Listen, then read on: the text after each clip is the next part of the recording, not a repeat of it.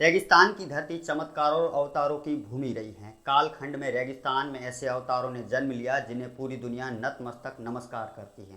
बैतू की पुण्य धरा पर एक ऐसे अवतार ने जन्म लिया जिन्हें खेमा बाबा के नाम से जाना जाता है, जिनके स्मरण मात्र से सांप बिच्छू जैसे विषैले जीव का जहर पल भर में उतर जाता है, जिनके अनुयायी और भक्त देश दुनिया में लाखों की संख्या में हैं। खेमा बाबा का जन्म धारणा धोरा स्थित करणाराम जाखड़ के घर हुआ। आपकी माता का नाम रूपा देवी था। आपका विवाह नौसर गांव में वीरा देवी के साथ हुआ। खेमा बाबा का झुकाव प्रारंभ से ही भक्ति की तरफ था। अकाल की स्थिति में दूर दूर तक गायें चराने के लिए जाते थे। एक दिन सिंदरी के गायन बाखर में एक साधु तपस्या करता हुआ मिला। उस साधु से खेमा बाबा ने बहुत कुछ सीखा और अपनी रुचि भक्ति में लगा दी। विक्रम संवत 1961 में गूदड़ गद्दी के रामनाथ खेड़पा से उपदेश लेकर खेमा बाबा ने दीक्षा ग्रहण की।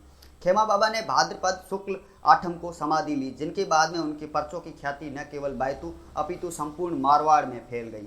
खेमा बाबा की आराधना से दमा, कुष्ठ, सर्पदंश जैसे रोग ठीक हो जाते हैं। ऐसे मंदिर की स्थापना खेमा बाबा 12 साल गोना भागर में तपस्या की थी।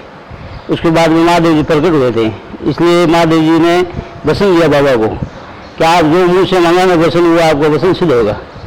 सिद्ध होने का कारण यह था कि 12 साल तपस्या की ना, इसलिए। और किसी भी काम पूरे होने के बाद में ध्वजा और महल कलश में पैसे डालते हैं। ये बाबा की मनोकामना है, किसी भी काम संपूर्ण करते हैं।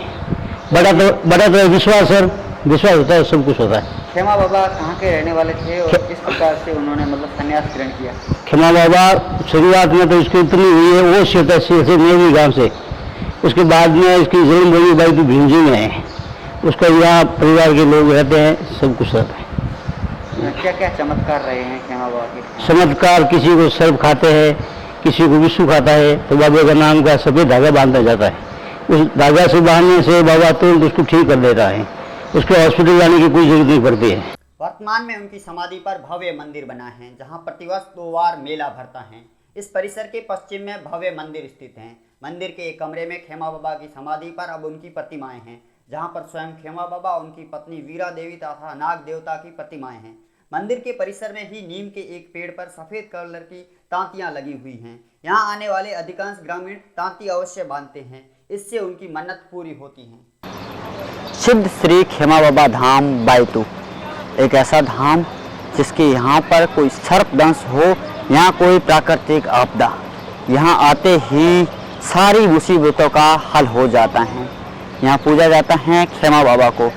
हर वर्ष यहाँ पर मेला लगता है और लाखों की संख्या में श्रद्धालु यहाँ पर बड़े उत्साह के साथ में दर्शन करने आते हैं। ऐसी चमत्कारिक धरती पर रेगिस्तान इन्फो आकर अपने आप को गौरवान्वित महसूस कर रहे हैं।